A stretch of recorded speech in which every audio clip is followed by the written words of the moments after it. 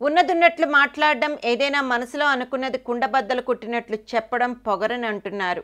అది పొగరెలా అవుతుంది? నిజాయితీని అహంకారం అంటారా అని ప్రశ్నిస్తాడు డీజే దర్శకుడు హరీష్ శంకర్. తాను అలా నిర్మోహమాటంగా మాట్లాడడం వల్లే తొలిసారిగా రామ్ గోపాల్ వర్మ గారి షాక్ చిత్రానికి డైరెక్షన్ చేసే ఛాన్స్ వచ్చిందని సగర్వంగా చెబుతారు ఆయన. ఇంతకీ ఆ షాక్ కథేమిటంటే, రామ్ గోపాల్ వర్మ ఓ అవుట్లైన్ అనుకుని హీరో రవితేజతో సినిమా తీయాలని ప్లాన్ చేశారు.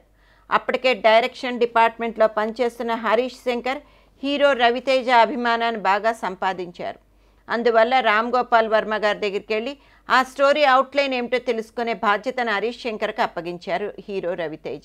తన బృందం అంతా వింటుండగా హరీష్ శంకర్కి అవుట్లైన్ చెప్పారు వర్మ. అంతా విని అద్భుతంగా ఉంది సార్, కానీ ఇది రవితేజకు సూట్ అయ్యే సబ్జెక్ట్ కాదని నిర్మోహమాటంగా చెప్పారు హరీష్ శంకర్. అక్కడున్న వాళ్ళందరూ దిగ్భ్రాంతికి గురయ్యారు. ఏమిటి ఇతను రామ్ గోపాల్ వర్మ గారి నిర్ణయాన్ని తప్పుపడుతున్నాడని. కానీ అదే వర్మకు నచ్చింది. నీ ధోరణి నాకు నచ్చింది, ఈ కథను నువ్వు ఎలా మౌల్డ్ చేసుకున్నా సరే, ఈ పిక్చర్కి నువ్వే డైరెక్టర్వి అని ప్రకటించి ఈసారి హరీష్ శంకర్ దిగ్భ్రాంతికి గురయ్యేలా చేశారు వర్మ. ఆ తర్వాత హరీష్ శంకర్ హీరో రవితేజను దృష్టిలో పెట్టుకుని కథలో కొన్ని మార్పులు చేర్పులు చేసి షాక్ సినిమా తీశారు. ప్రేక్షకులు ఆ సినిమాను ఘోరంగా తిప్పికొట్టి హరీష్ శంకర్కి షాక్ అయ్యేలా చేశారు.